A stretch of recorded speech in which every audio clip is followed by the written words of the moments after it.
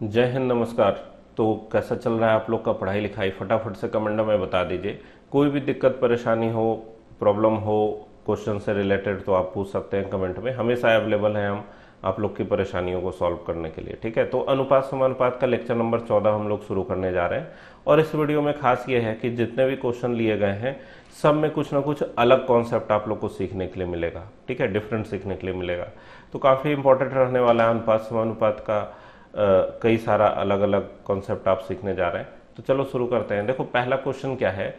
दी गई दो असमान संख्याओं में से प्रत्येक में से छोटी संख्या का आधा घटाया जाता है, फिर परिणामी संख्याओं में बड़ी वाली छोटी वाली से 5 गुना है, तो बड़ी संख्या का छोटी संख्या से अनुपात क्या है। देखो, इस क्वेश्चन में थोड़ा बहुत इनइक्वालिटी के बारे में समझना है। दो असमान संख्या, असमान मतलब क्या होता है, जो इक्वल नहीं है, इनइक्वल, इनइक्वालिटी। ठीक है, असमयिका कहते हैं हिंदी में। ठीक है, तो देखो दो संख्या है, अगर मान लो x और y, तो उसमें एक संख्या दूसरी संख्या से बड़ी होगी। अगर बराबर नहीं है तो कोई ना कोई बड़ी होगी। तो मान लो x y से बड़ा है। ठीक है, x y से बड़ा है। अब कहा जा रहा है प्रत्येक से छोटी संख्या का आधा घटाए, तो छोटा कौन है, y। इस y का आधा दोनों में से घटाना है, तो x में से घटाओ y का आधा, y/2, और y में से भी घटाओ y का आधा, मतलब y घटाओ y/2, और ये मिला घटने के बाद। अब देखो, एक इंपॉर्टेंट बात ये समझना है कि जब x बड़ा था y से, तो दोनों में से अगर बराबर चीज घटाया जाएगा तो घटने के बाद जो रिजल्ट आएगा उसमें भी ये वाला हिस्सा ही बड़ा होगा, x वाला हिस्सा ही बड़ा होगा। क्यों? क्योंकि देखो, जैसे मान लो 10 बड़ा है 8 से, अब दोनों में से 3 घटा दोगे, तो 10 में से 3 घटेगा तो आएगा 7, और 8 में से 3 घटेगा तो आएगा 5, तो भी यही बड़ा है, पहला वाला हिस्सा ही बड़ा है। तो जो बड़ा है वो बड़ा ही रहेगा अगर दोनों में से बराबर घटाया जा रहा है। ठीक है, अब देखो इसमें क्या कहा जा रहा है, ध्यान से समझो कि फिर परिणामी संख्याओं में बड़ी वाली छोटी वाली संख्या से 5 गुना है। मतलब ये जो बड़ी वाली संख्या है x घटाओ y/2, ये इस छोटी वाली संख्या से 5 गुना है। मतलब 5 इंटू वाई घटाओ y/2। y में से y/2 घटाओगे तो क्या आएगा, 2 गुना y घटाओ 1y, मतलब y/2। या आप ऐसे भी सोचें कि किसी एक चीज में से उसका आधा घटाया जा रहा है, तो एक में से आधा घटाओगे तो आधा ही आना है ना। तो ये दोनों आपस में बराबर हो रहे हैं। मतलब इस तरफ क्या मिल रहा है, 5y/2। ठीक है, y घटाओ y/2 आ गया y/2, और 5 से गुना। और x का मान क्या हो जाएगा, ये माइनस वाला y/2 जो है वो दूसरी तरफ जाके प्लस बनेगा। तो 5y/2 प्लस y/2, मतलब कितना हो गया, 6y/2। और इस 2 से 6 कटेगा 3 बार में, तो x बराबर 3y आ गया। पूछा क्या जा रहा है, बड़ी संख्या का छोटी संख्या से अनुपात क्या है। मतलब x बटा y क्या होगा, तो x बटा y निकालोगे तो दूसरी तरफ 3/1 बचेगा, जो कि ऑप्शन नंबर 3 में है। आया बात समझ में? ठीक है, तो ये क्वेश्चन में थोड़ा सा इनइक्वालिटी के बारे में समझना था। इनइक्वालिटी वाले क्वेश्चन को किस तरीके से सॉल्व करते हैं। वैसे बहुत ज़्यादा कॉन्सेप्ट इसमें इनइक्वालिटी का नहीं है, बेसिक जानकारी है।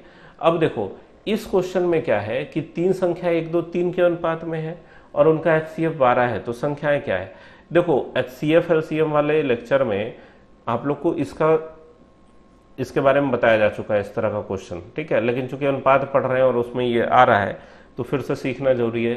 ठीक है, तो देखो यहां पर क्या लिख रहा है, HCF 12 है। HCF मतलब क्या होता है, मस। जो लोग हिंदी वाले लड़के हैं वो लोग ये भी समझे कि HCF का मतलब होता है मस।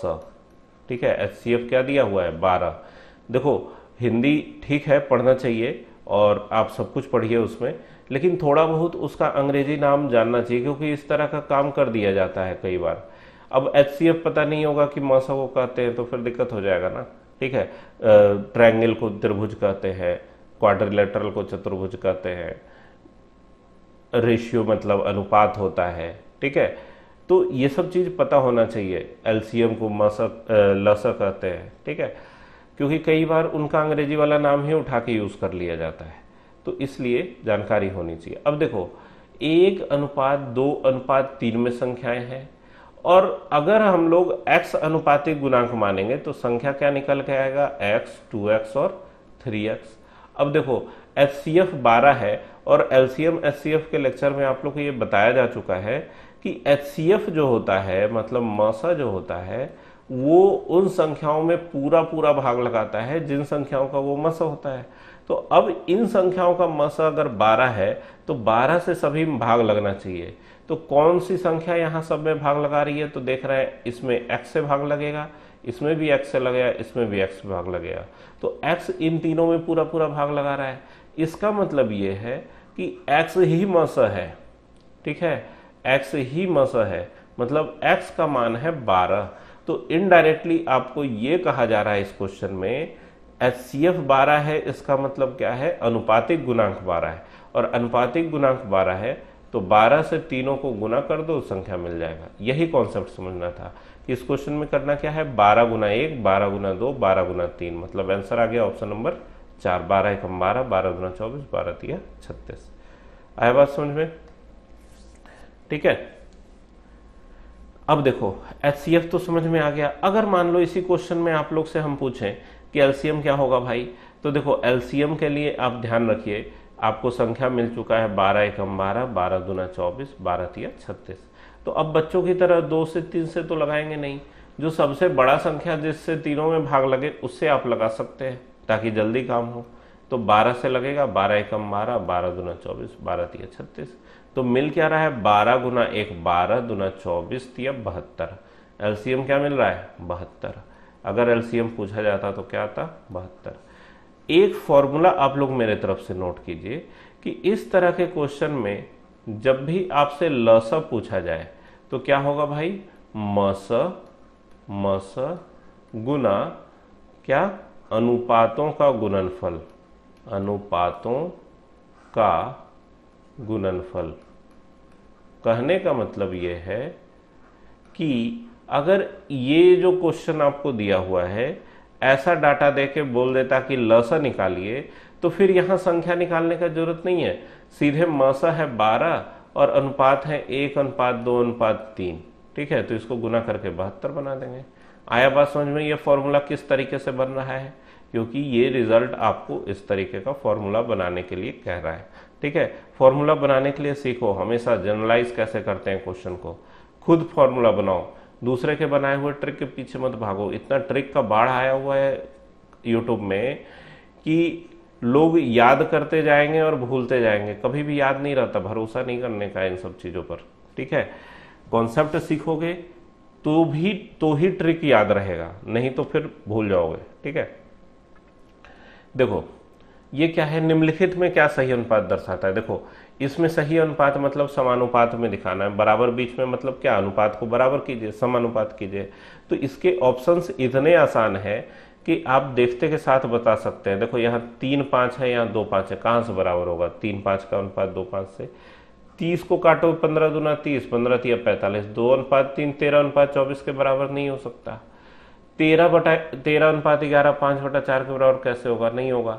तो यही इसका आंसर होना चाहिए। काट के देख लो, 3 चौका 12, 3 तिया 9, और यहाँ क्या है, 4 चौका 16, 4 तिया 12, है ना।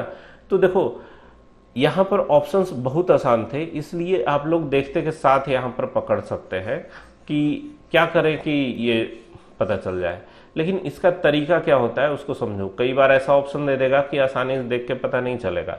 तो तरीका ये कहता है कि समानुपात बनाने के लिए, याद रखना ये बहुत इंपॉर्टेंट है, 12/9 और 16/12 दिया हुआ है, तो इसको क्रॉस मल्टीप्लीकेशन कीजिए। तो 12 गुना 12 कितना होगा, 144, और 16 गुना 9 कितना होगा, 144। तो आपस में बराबर आ गया, तो ये बराबर है। अब ये बराबर है तो आगे वालों को चेक करने का जरूरत नहीं है, आंसर मिल गया, क्यों समय बर्बाद करें, ठीक है। लेकिन आप समझना चाहते हैं, आपको समझाना मेरा काम है, इसलिए थोड़ा बहुत चेक करके हम दिखाएंगे, ठीक है। देखो 13 चौका 52, 11 पचे 55, नहीं आया बराबर। 24 गुना 30 कितना होता है, 720, ध्यान देना। और 45 गुना 13, आप देख के कितने लोगों का दिमाग खराब हो जाएगा, सर ये 45 गुना 13 करने में तो टाइम लगेगा। कुछ टाइम नहीं लगेगा। 45 गुना 10 होगा 450, 45 तिया 135, कितना हो गया, 45 तिया 135, 450 में जोड़ा तो 585, ठीक है, नहीं आया बराबर, ठीक है। 3 पचे 15, 5 दूना 10, नहीं आया बराबर, ये तीनों नहीं हुए। देखो 45 गुना 13 अगर करना है तो एक तरीका आप ये भी अपना सकते हैं, जैसे 45 गुना 13 अगर करना है तो सीधे 13 का पहाड़ा पढ़ दो, 13 × 5 = 65, बाकी 6, 13 × 4 = 52 और 6 = 58। ठीक है, जिसका टेबल आता है उससे डायरेक्ट गुना करो, एक एक अंक करके नहीं करना है बच्चों की तरह। आए बात समझ में? अब देखो अगले क्वेश्चन में हम लोग क्या कॉन्सेप्ट सीखेंगे। इसमें क्या है, वो भिन्न ज्ञात कीजिए जिसका 1/27 से अनुपात हो जो 3/7 का 5/9 से। अब देखो जिसका 1/27 से है, तो अगर भिन्न x रहा होगा, बोलेंगे कि सर भिन्न x कैसे होगा, a/b मानते हैं, तो जरूरी नहीं है x का मान खुद ब खुद भिन्न निकल के आएगा। भाई x कोई संख्या ही तो है, जरूरी थोड़े कि पूर्णांक संख्या है। ठीक है, आप x मान सकते हैं। तो x का 1/27 से अनुपात किसके बराबर है भाई, 3/7 का 5/9 से, 3/7 गुना 5/9। आया बात समझ में? 3/7 अनुपात 5/9। तो अनुपात का मतलब क्या होता है, भाग। और जब इस भाग को हम लोग गुना में बदलते हैं तो क्या करना पड़ेगा, भिन्न को उल्टा करना पड़ेगा। मतलब x गुना 27/1 बराबर 3/7 गुना 9/5। ठीक है, 3/7 गुना 9/5। अब देखो 3 को 9, 3 × 27 से 27 को सीधे काट सकते हैं, अलग अलग करने का जरूरत नहीं। तो x का मान क्या निकल के आया भाई, 1/7 = 35, 7 × 35। ठीक है, तो आंसर हो गया कौन, ऑप्शन नंबर 2। लिखने का तरीका यहाँ इंपॉर्टेंट है, हिंदी में जैसा लैंग्वेज का है उस तरीके से आपको समझ में चलना है। जिसका 1/27 से, तो x का 1/27 से अनुपात निकाला। ठीक है, उसी तरीके से 3/7 का 5/9 से, 3/7 का 5/9 से अनुपात किया। ठीक है, अब देखो कोई लड़का ये कहे सर हम लोग तो ये पढ़े हैं कि का मतलब होता है गुना, तो आपको ये करना चाहिए था x गुना 1/27 और 3/7 गुना 5/9। ठीक है, ये करना चाहिए था। तो भाई मेरे यहाँ पर ये नहीं कहा जा रहा है कि x का 1/27 और 3/7 का 5/9 बराबर है, यहाँ इनके अनुपात का बात हो रहा है, इसका अनुपात इससे बराबर है। ठीक है, तो इसलिए हम लोग को अनुपात यहाँ बीच में देना पड़ेगा। अब देखो नेक्स्ट क्वेश्चन में कौन सा कॉन्सेप्ट सीखने जा रहे हैं। देखो कुछ भी बात समझ में नहीं आए तो पूछ लेना चाहिए, बार बार हम अपने लेक्चर्स में बताते हैं कि भाई मेरे पूछ लो। ठीक है, पूछना बहुत जरूरी है सीखने के लिए, उसमें हेजिटेशन बिल्कुल नहीं होना चाहिए। देखो दो तरह के लड़के नहीं पूछते हैं, हम अपने अनुभव के आधार पर बता रहे हैं। एक वो जिनको सब कुछ समझ में आ रहा है, सब आ रहा है तो क्यों पूछेंगे, वो बहुत तेज होते हैं, उनको सब समझ में आ रहा है, कुछ ना पूछेंगे। ठीक है, दूसरे वो जिनको कुछ भी नहीं समझ में आ रहा है, अब कुछ समझ ही नहीं आ रहा है तो बहुत ड्रास्टिक कंडीशन है कि भाई पूछेंगे लोग क्या कहेंगे, हंस देंगे, कितना फुद्दू सा सवाल पूछा है। ठीक है, तो इसलिए कभी भी घबराना नहीं। देखो ऑफलाइन क्लास में तो अक्सर हेजिटेट हो जाते हैं लड़के, उनका चेहरा देख के समझ में आ जाता है कि पूछना चाह रहा है पूछ नहीं पा रहा है, शर्मा रहा है कि हम इस बात को पूछे कैसे। उसके कॉन्फिडेंस को बढ़ाते हैं हम लोग, उनका जो अंदर का हेजिटेशन है उसको कम करते हैं कि पूछो पूछो कोई बात नहीं है। ठीक है, उनको कॉन्फिडेंस दिया जाता है कि खुल के पूछ पाए। लेकिन यहाँ ऑनलाइन में तो ये भी समस्या नहीं है कि कोई आपको देख रहा है, कोई आपको जान रहा है कि अरे इतना आसान सा क्वेश्चन पूछ दिया, कोई हंसेगा, ऐसा कुछ नहीं है। कोई किसी को नहीं जानता है, बेशरम होकर अपनी बात कहिए। एक से एक बेवकूफ़ बैठे हुए हैं जो बेमतलब की चीज़ों में दिमाग लगाते हैं। तो आप लोग तो पढ़ाई कर रहे हैं, सबसे ज़्यादा अच्छा काम कर रहे हैं, बेकार के एंटरटेनमेंट में स्क्रॉल कर करके अपना टाइम बर्बाद नहीं कर रहे हैं। तो कुछ सीखने के लिए अगर जिज्ञासा है तो बिल्कुल पूछ लेना चाहिए, क्योंकि छोटी छोटी प्रॉब्लम्स, कन्फ्यूजन्स को ख़त्म करते जाएंगे तभी बड़े कॉन्सेप्ट भी समझ में आएंगे। ठीक है, तो बिना घबराए हुए पूछना है। देखो यहाँ मिश्र अनुपात का कॉन्सेप्ट आ रहा है, तो मिश्र अनुपात क्या कहता है कि ये 45/75, 3/5, 51/68, ठीक है, और 256/81, इनका मिश्र अनुपात अगर करना है तो अंश का गुना और हर का गुना करेंगे तो मिश्र अनुपात मिलेगा। तो भाई जब गुना करना है तो गुना करो, है ना, और काटना है तो बड़े से बड़े संख्या से काटने का कोशिश करेंगे, बच्चों की तरह 2 से 3 से नहीं। ठीक है, क्योंकि समय बचाना है, जल्दी से जल्दी काम करना है। तो जो सबसे बड़ा संख्या से काटते हैं पहले उसी से काटो ताकि ज़्यादा छोटा हो जाए। तो 15 तिया 45, 15 पचे 75। ठीक है, अब देखो यहाँ पर क्या है, 51/68 है, 56 नहीं 51। 17 तिया 51, 17 चौका 68। ठीक है, अब देखो इस 4 से 256 कटेगा, 4 छक 24 और 4 चौका 16, 64 ऊपर आ गया। और देखो 3 तिया 9 तिया 27, 27 से 81 3 बार में कटेगा, ऊपर दिखा 64 और नीचे क्या दिखा 5 पचे 25 तिया 75। ठीक है, 64 बचता 75, जो कि ऑप्शन नंबर ए में है। आए बात समझ में? तो किस तरीके से पढ़ना है, किस तरीके से क्वेश्चन को टैकल करना है, अपना कंफ्यूजन को क्लियर करते जाना है, अलग अलग कॉन्सेप्ट सीखना है। पढ़ते रहिए, मेहनत करते रहिए, हर वीडियो में हम लोग ये काम करते रहेंगे। मिलते हैं नेक्स्ट वीडियो में।